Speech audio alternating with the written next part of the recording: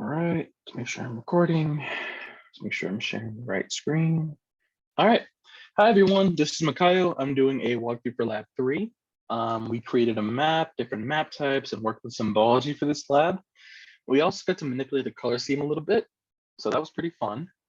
But let's get started. So one asked us to load the GEOG 3100 project and insert a new layout using the 8.5 by 11 format. Okay, so then we can go to the insert tab right here, new layout, the letter 8.5 by 11, and cool. So we did that. In the catalog pane, copy and paste the lab 2 map, save the new pasted map as lab 3. So then we actually have access to the lab 2 layers. So then in that package of data that we downloaded from Canvas, we had a lab 2 geodatabase and a lab 3 geodatabase. So then I've already downloaded and extracted those files from Canvas. So I'm going to right click on databases, add database, and then shows up right there. So I have mine in my downloads and I have data right here. I'm going to click into it and I'm going to select the lab 3 geodatabase first. Click on OK. I can expand this and it's right here. So I'm going to do the same thing again. I'm going to right click on databases, add database. I'm going to click into the lab 2 folder. Whoops. Click into the lab 2 folder. Something's wrong. I can feel it. All right, give me 1 second.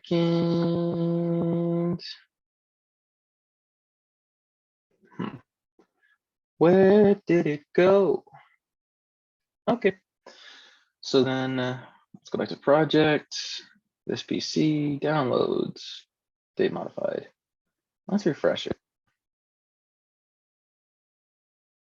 There we go. Cool. So then if we expand this out, we can see that we have the layers from the previous map. So then we're just going to go ahead and add these to our map. So we can right click these and add to map, right click these and add to map. So I'm just going to do that for all of these. And here we are. So then we can, we don't have to go back to edit our map right here. We can go to the insert tab and then go to map frame and then select the map right here that we've been working on. So let's draw a square and okay. So first things first, we have a lakes layer, but it's not showing up. So then let's check our contents and we can see that lakes is being drawn first and then Salt Lake County is being drawn on top of it. So then our Salt Lake County polygon fills this whole entire area. So then we have to click on lakes and drag it above Salt Lake County. And then that tells Arc to draw Salt Lake County first and then lakes after that. So we can see that our lakes feature populates right here. We need to add labels for our ski area boundaries. So we can right click on those and then click on label. And let's clean up our contents right here. So then all I'm gonna do is just double click through our layers right here and then just edit them for clarity and nice lookingness. So then I'm just gonna delete the labo2 from ski lifts. I'm gonna put a space. I'm gonna add some spaces for ski area boundaries. Oh, excuse me. Lakes, I'm going to delete the labo2 and the underscore. And then Salt Lake County, I'm gonna delete the labo2 and then space these out. Space these out, there we go. Okay, cool, I like that. So then 3 asks us to add the required map elements, including a title, legend, scale bar, and north arrow. So then we ran into this a little bit in class.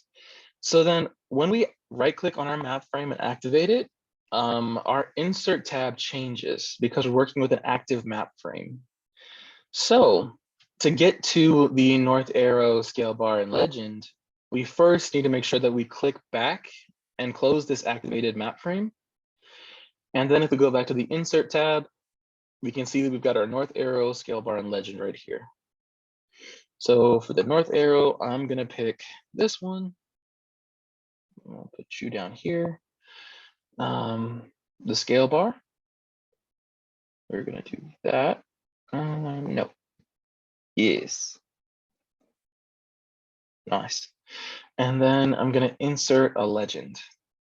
So then we're just gonna draw it down here, this right side. Cool. So I like that. There's no misspellings. There's no like weird underscore O2 lab. So that looks good to me. Then we gotta add a title. Actually, wait. Yes. So then to get a title, we can go to the insert tab.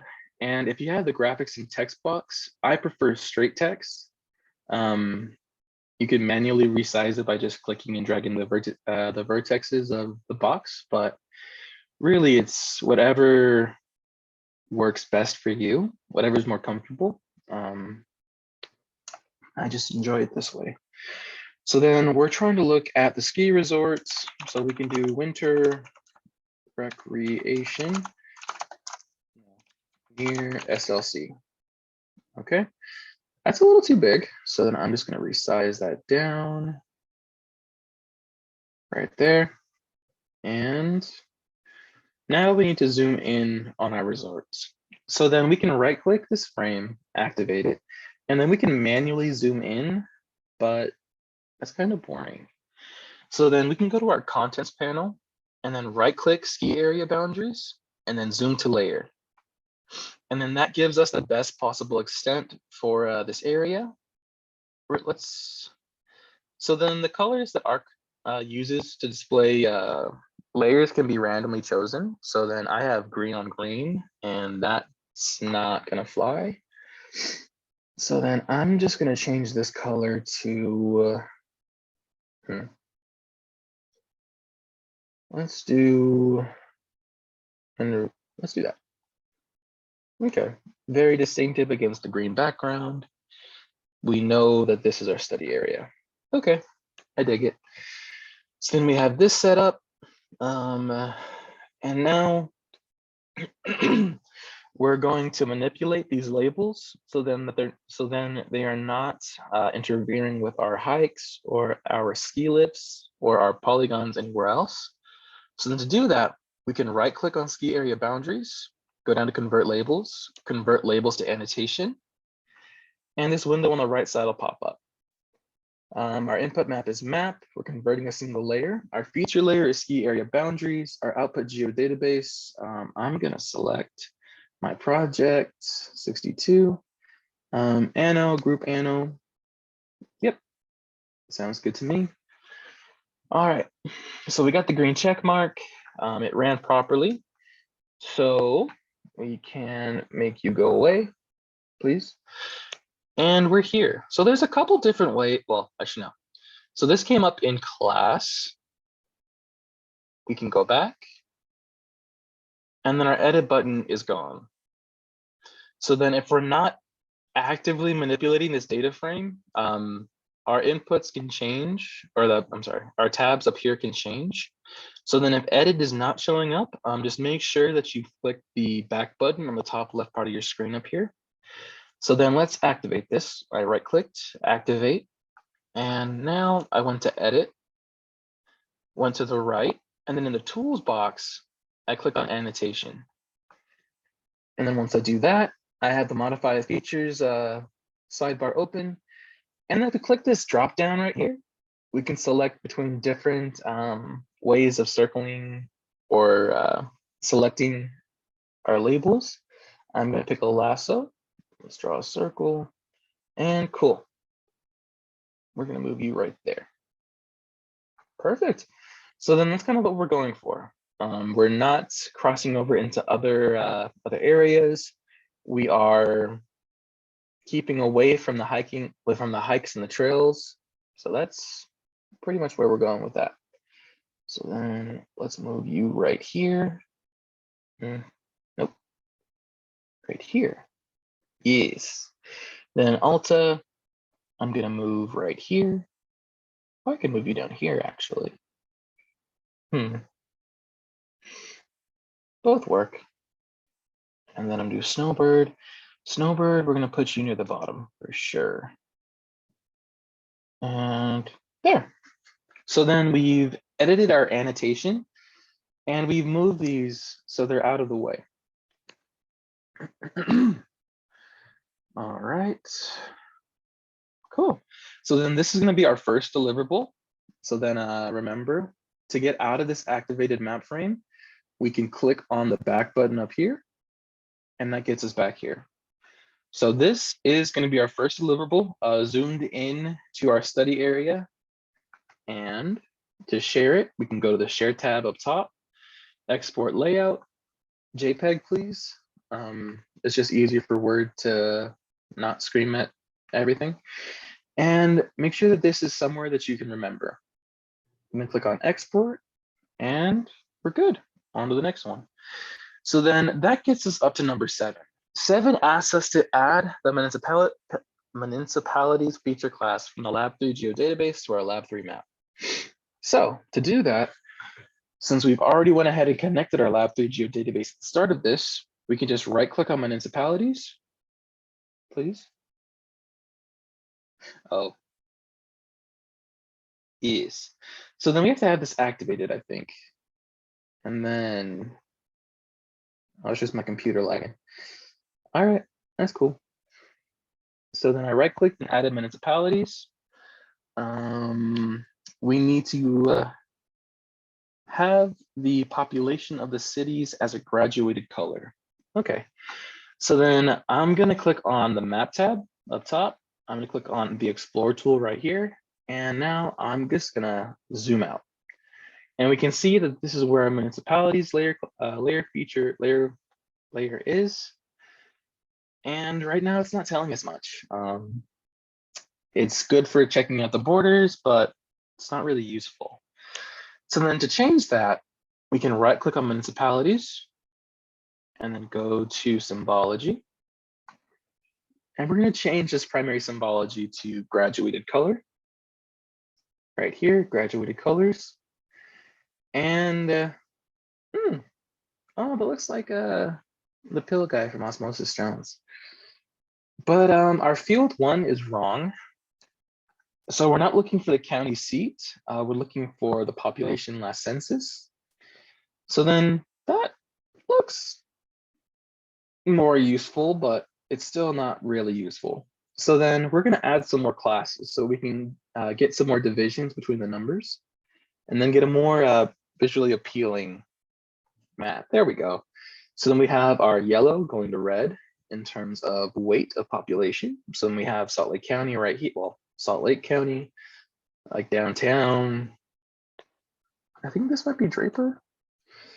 So yeah, cool. So graduated colors, we're on the county level. 7B asks us to turn off our ski area labels. All right.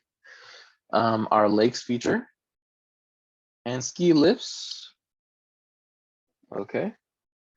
There we go. Nice. All right. And then we're symbolizing the municipalities based on population. We built a legend to include this feature. All right, cool. So then this is done. We can back out of this map frame. And let's fix our, no, yes. And then we're here. Okay, so we're gonna change this subheading, but otherwise this looks good to me. Yeah. All right, to change this subheading, we can double slow click.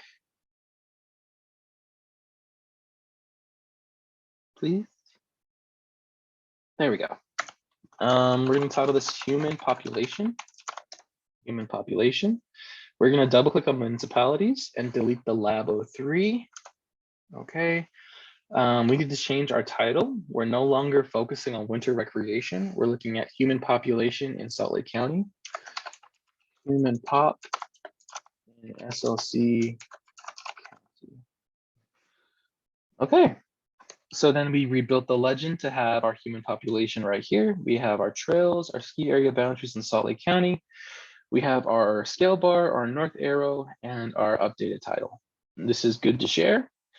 So then again, if it's not working, just make sure you check this top left corner for a back button. Share, export layout, JPEG, please. Remember where you put it, and then export. So then that gets us to number 8. Number 8 asks us to create a third map utilizing proportional symbols to replace municipal boundaries with a circle based on population. All right, so it's kind of the same steps as what we just did. We're going to go to our contents panel. We're going to right click on municipalities, go to symbology, and we're going to change our primary symbology to proportional symbols. And that's okay if it does this, because if you look at our field got reset once we change our primary symbology. So then let's click on field 1. Let's go to pop last send. And okay, that's more evenly distributed. But then if we look down here, we only have 1, and we have more than 1 dot. So then if you remember, things got reset once we changed our primary symbology. So we need to click on classes right here. And legend count, we're gonna do 5. Perfect. Is that everything? Create a third map, proportional symbols, replace circle based on population. Yeah, all right. So then that is the end of this lab. So then I'm just gonna make this a little bit more transparent. There we go. That's a little bit better. So then we can also make this one a little bit more transparent. We don't need solid blocks of coloring. That's better. Now I can see what's actually under there. Cool. And then we'll do the same for ski boundaries just to keep it uniform. So then you guys don't have to do this, but this is kind of helpful, especially when we're working with maps with lots of features. So, okay, so this is the end of lab 3. We can go to share, export layout, JPEG, remember where you put it, and export. And we need to make a map project file. Okay, so then to make a map project file, we can go to share, and then layout file. Layout file does that for us, page X. Or what would be an easy way to do this? Is there an easier way to do it? I don't think it can. All right, so layout file is the way. And cool. Thank you guys for sticking with it. I appreciate everybody coming to class and asking questions and stuff. And I hope all of you have a good rest of your week. And I'll see you guys next week on Wednesday. Bye.